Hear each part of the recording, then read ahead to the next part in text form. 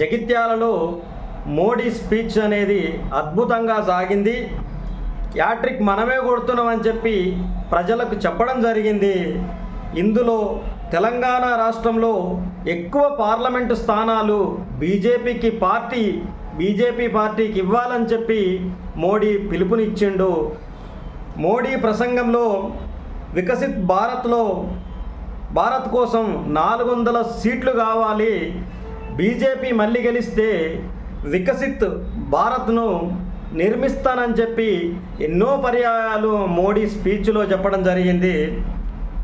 అది రావాలంటే మీరు 400 సీట్లు బీజేపీకి రావాలి అని జగిత్యాల సభలో ఆయన వ్యాఖ్యానించారు.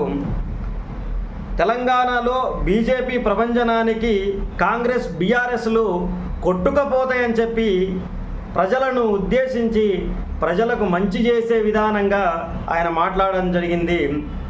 ఎన్నికల తర్వాత, లోక్సభ ఎన్నికలు అయిపోయిన తర్వాత కాంగ్రెస్ బీఆర్ఎస్ పార్టీలు కనుమరుగైతే అని కూడా ఆయన జోస్యం చెప్పిండు.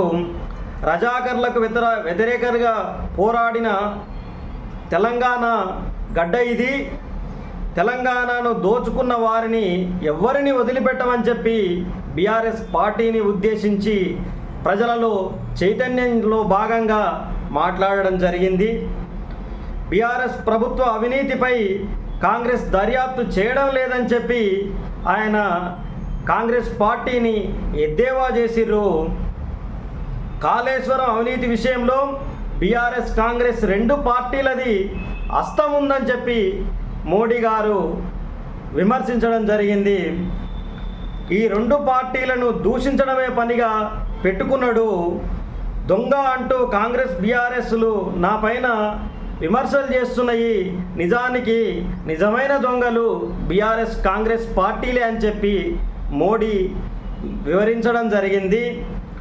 దేశంలో కుంభకోణాల వెనుక కుటుంబ పార్టీలే ఉన్నాయని, అవేంటో మీకు తెలుసు, అదే కాంగ్రెస్ పార్టీ బీఆర్ఎస్ పార్టీ అని చెప్పి ప్రజలకు మళ్ళొక్కసారి గుర్తు చేసినట్టుగా, సూటిపోటిగా పూసగుచ్చినట్టుగా మోడీ గారు వివరించడం జరిగింది.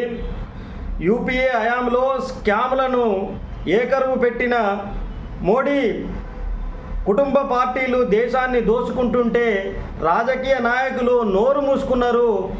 కాళేశ్వరం అవినీతిలో బీఆర్ఎస్ పార్టీ ఉంది. లిక్కర్ స్కామ్లో బీఆర్ఎస్ పార్టీకి సంబంధించిన ఎమ్మెల్సీ కవిత గారు ఉండడం గమనార్హం అని చెప్పి ప్రజలను గుర్తు చేసిండు. మాకు అధికారం కంటే ప్రజా సంక్షేమమే ముఖ్యమని చెప్పి మోడీ గారు మళ్ళీ ప్రజలలో చైతన్యం వచ్చేలాగా మాట్లాడడం జరిగింది. దేశంలో ఏ దోపిడీ చూసినా దాని వెనక ఉన్నది కుటుంబ పార్టీలే అని క్లియర్ కట్గా తెలంగాణ ప్రజలకు అర్థమయ్యే విధంగా ఎన్నో విషయాలను పూసగుచ్చినట్టుగా జగిత్యాల సభలో మోడీ గారు వివరించడం జరిగింది.